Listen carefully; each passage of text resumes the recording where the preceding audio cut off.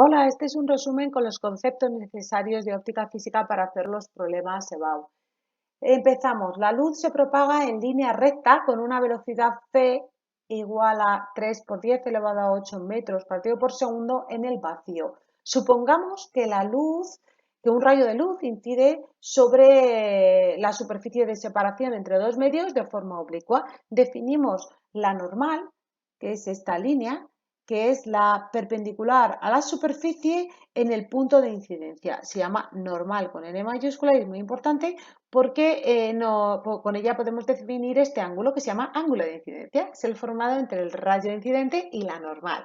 Bien, supongamos que la luz no consigue pasar al medio 2. Esto es un espejo, no consigue pasar. Decimos que estamos ante la reflexión de la luz. La luz se refleja. Esto es reflexión.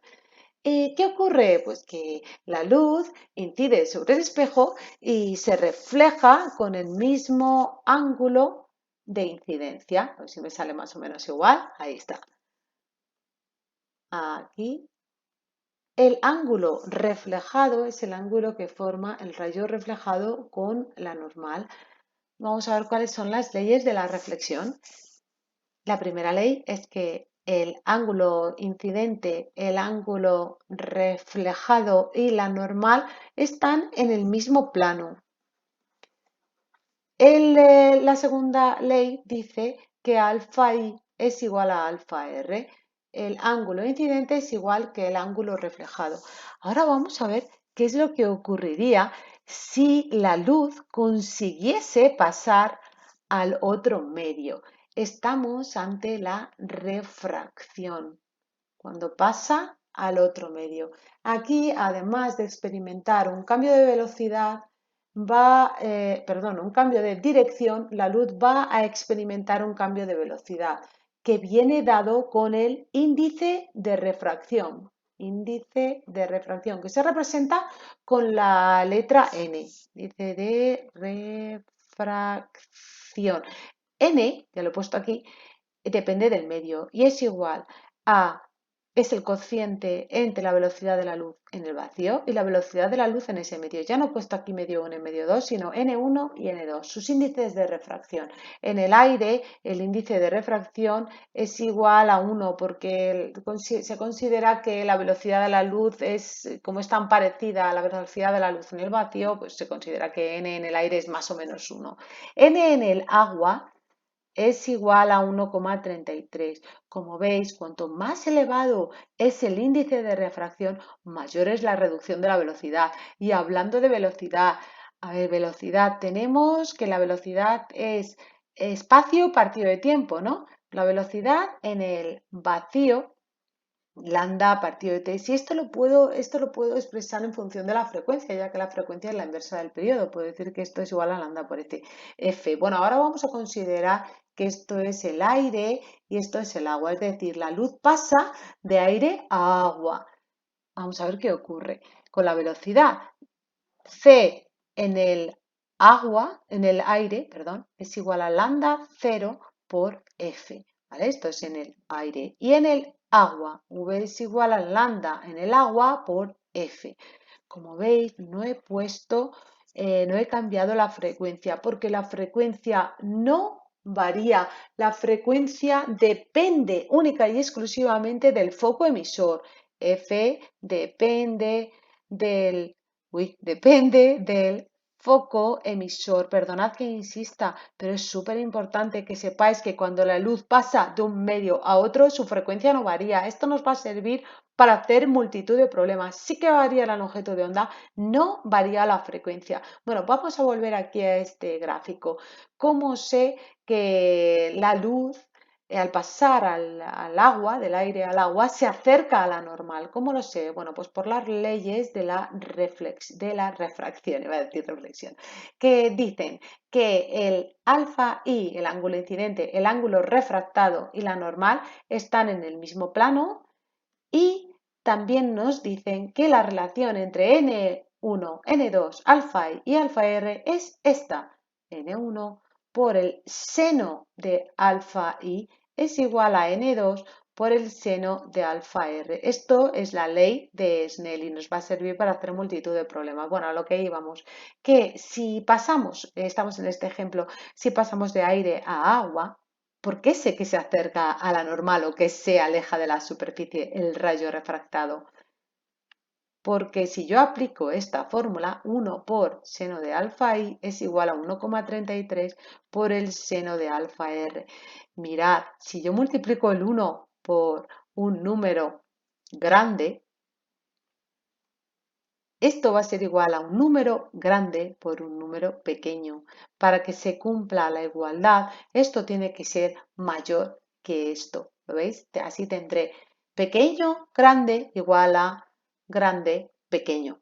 ¿Veis? Por eso sé que se acerca a la normal. Bueno, ¿y ahora qué sucedería si pasáramos de agua a aire? Por ejemplo, si tuviera un buceador con una linterna debajo del agua. Vamos a ver qué es lo que ocurriría. A ver, que borro estas capas para empezar como de nuevo.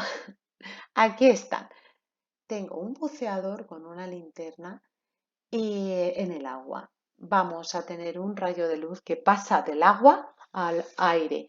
Como veis, ha aumentado el ángulo. El ángulo de incidencia es menor que el ángulo refractado. ¿Cómo lo sé? Por la ley de Snell, lo decíamos antes. Ahora tengo 1,33 por el seno de alfa i igual a 1 por el seno de alfa r. Por eso, como esto es grande, esto tiene que ser pequeño. Y como esto es pequeño, esto tiene que ser grande. Yo sé que alfa r ha aumentado con respecto al ángulo de incidencia. Y me diréis, vale, y si, entonces si yo sigo aumentando el ángulo de incidencia, ¿van a aumentar los ángulos de refracción? Vamos a verlo. Sí, sí que van a aumentar. Aquí lo tenemos. Aquí ha aumentado un poquitín más el ángulo de incidencia, el ángulo de refracción ha aumentado. Llegará un punto en el que aumente tanto el ángulo de incidencia que el ángulo refractado formará 90 grados, ¿no? Vamos a verlo. Sí, aquí está. Este ángulo se va a llamar, lo he puesto como alfa ahí, pero se va a llamar, este ángulo especial de incidencia se va a llamar ángulo límite y es este. A ver, lo vamos a colocar aquí. 1,33 por el seno de alfa L es igual a 1 por el seno de 90. El ángulo refractado es 90 grados. Me diréis, ¿y qué va a ocurrir después del ángulo este límite si yo aumento un poquito más el ángulo de incidencia? Bien, lo que va a ocurrir es que no va a haber refracción, sino solo reflexión. A partir de este ángulo, que es el llamado ángulo límite, solo voy a tener reflexión.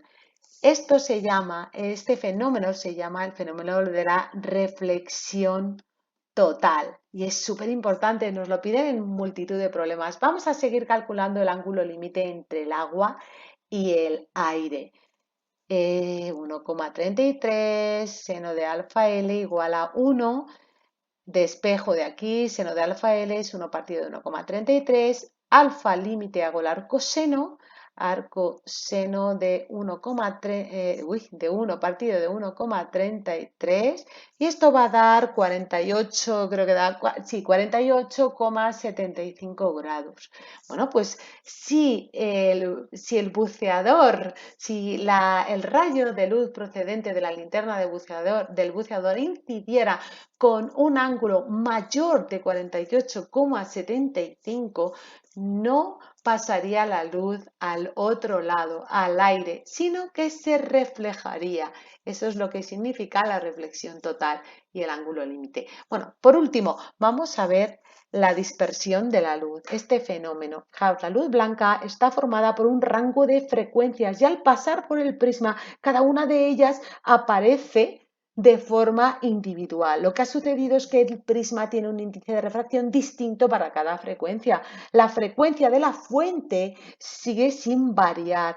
Lo que ha ocurrido es que el prisma ha separado todas esas frecuencias que venían juntitas, pero no ha hecho nada más, no ha cambiado la frecuencia. Y eso es todo. Lo hemos conseguido en 10 minutos.